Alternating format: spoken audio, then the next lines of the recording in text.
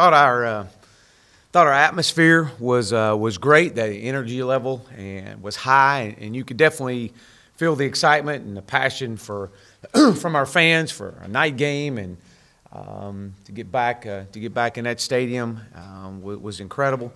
You could just feel it. You could feel it from the time that we unloaded and through hog walk all the way through. Was just an incredible environment. I thought our team continues to fight and play extremely hard to the very end. And that, again, was evident last Saturday night as we cut the lead to one score with 5 minutes to go and an opportunity to get the ball back. But I thought offensively, we played and competed hard.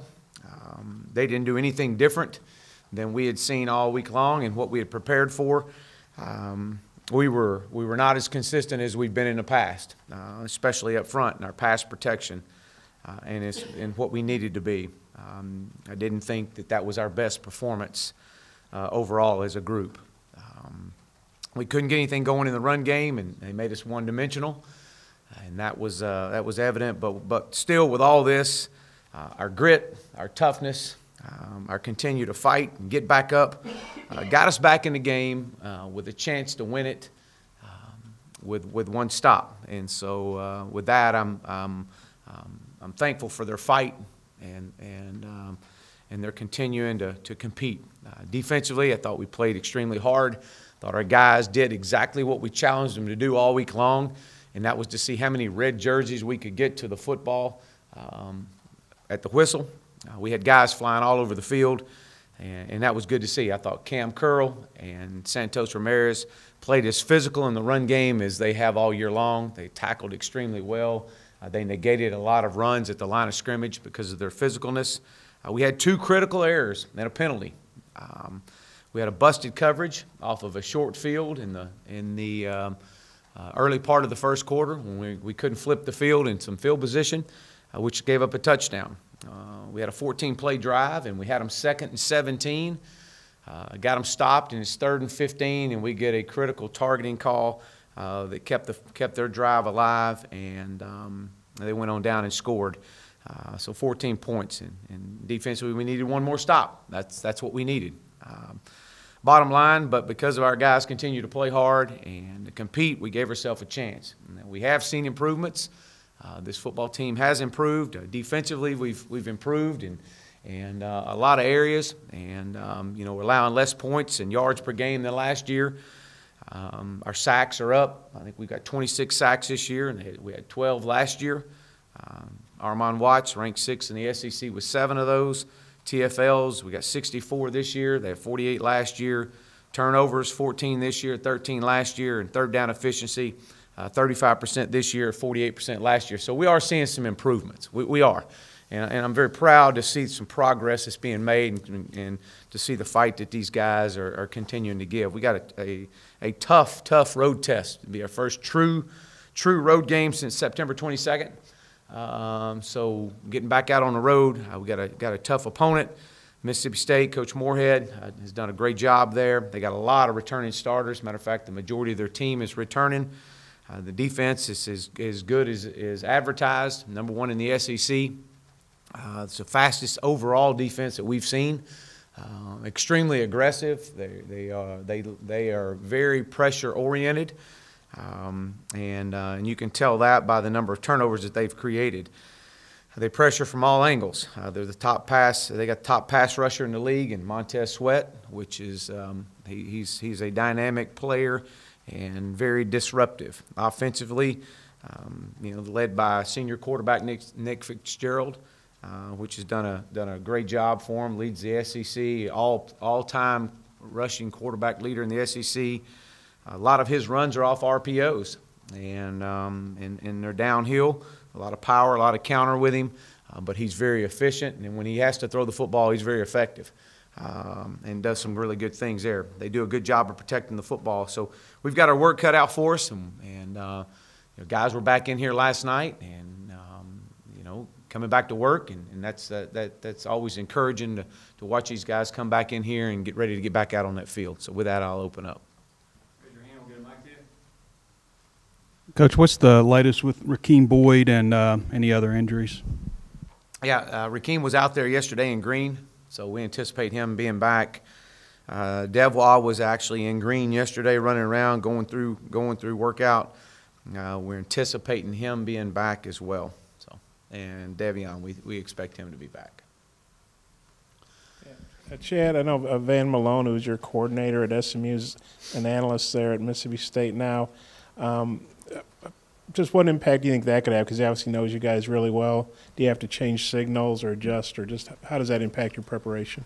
Well, yeah, Van was with us and at SMU, and a great coach, and does a great job, and been around this game for a long time, and very knowledgeable. And yeah, well, there'll be some things that we'll change up and be different with, but overall, you are who you are at this point in time of the year, and you just got to go and execute. On the Joe Moorhead offense, do you guys have to go back and study what he was doing at Penn State and like that, or simply based on this year because he's fitting Fitzgerald and those guys into what he's doing? Yeah, I think it's more of that. And I think he's done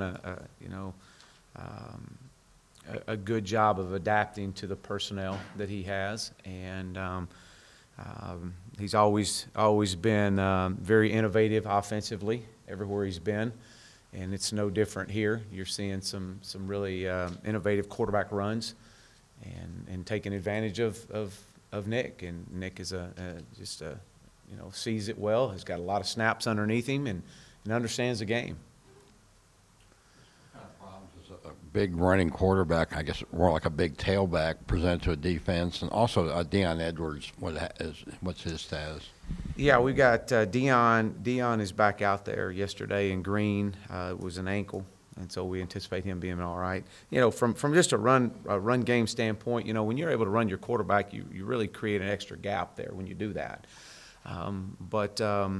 He's big, he's physical, he's downhill, and he's got really good speed as well. So we've got to do a good job of tackling and being gap sound in everything we do. And again, there's always a throw off of it, whether it's a throw in the flat or a vertical throw. He's really, we say he's really patient as he gets into his run game.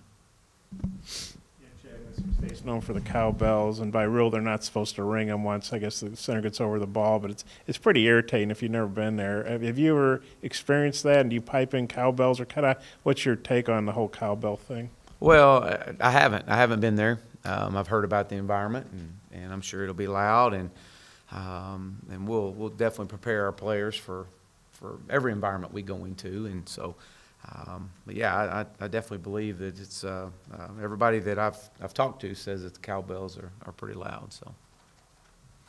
With CJ, he was targeted, I think, 14 times, and maybe no one else had more than 5. Is that a good thing, or you want to broaden out more? How would you? Well, I think some of it, probably the game dictated a lot of that. We were trying to get the bigger body guy matched up as much as we could, especially down in the red zone and in some short yardage when we could. I think you always like to distribute the ball, all over the field as much as you can. But but we were definitely trying to get the ball to him in some of the red zone calls. With your run game, how important is it to have the receiver runs where you get the edge and stuff like that? And it hasn't been very effective. And then you had Boyd running into Jordan the other night too. Yeah, that was obviously disappointing. I mean, that's something we've done for, golly, as long as I can remember. I've never had something like that happen. But,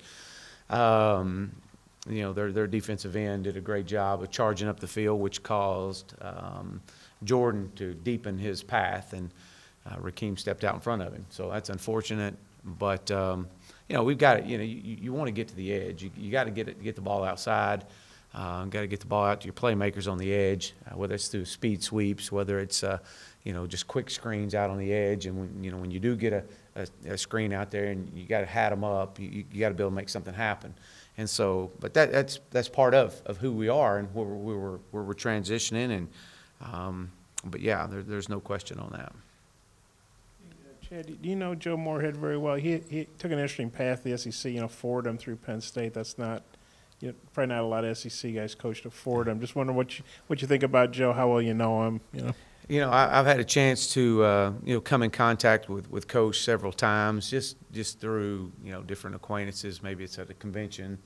And then, obviously, since us joining the league together at the same time and being in different meetings, we've had a chance to visit a little bit. And I think he's, as I shared earlier, I think he's got a great offensive mind. He's won everywhere he's ever been. I've got great respect for what he's done and what he continues to do.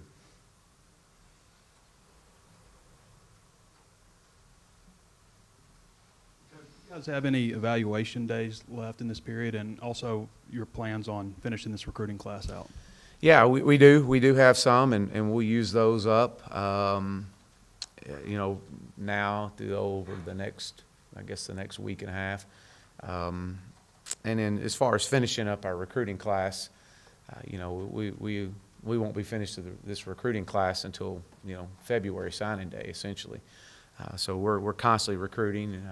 It was extremely impressive, the amount of recruits and that we had on campus this past Saturday for the game, and for them to see that environment and our fans was very special.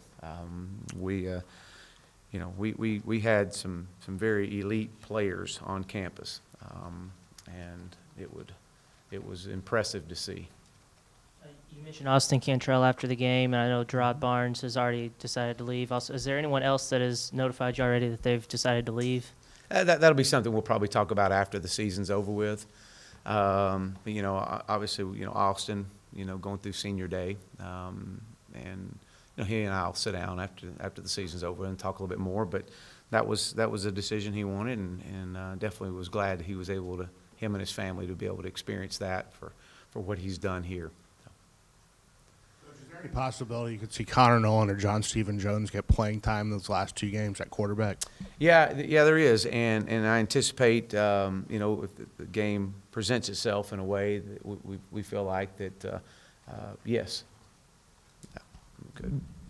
I know you didn't like having all these 11 a.m. games at home, but I would think as a road team you'll like it because, one, maybe that takes their crowd out of it a little bit, and also you get home earlier. How do you feel about an 11 a.m. game on the road as opposed to one at home?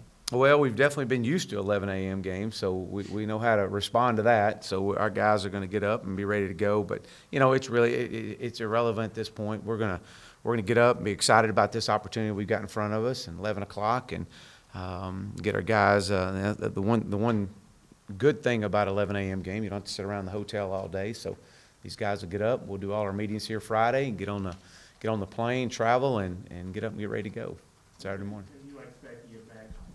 Oh, yeah. Yeah, absolutely, especially coming on into a short week the next week. Cornelius kind of back in the swing again. Was part of that just his getting over his injury that took him so long to kind of play like he was capable? Well, I think there's a combination of a lot of things that played into that. I think he's definitely getting back out there and being healthy helps. And the way that they were playing coverage and being able to get him open up underneath, I think there was just a lot of things that weighed into that. But definitely his health has helped him.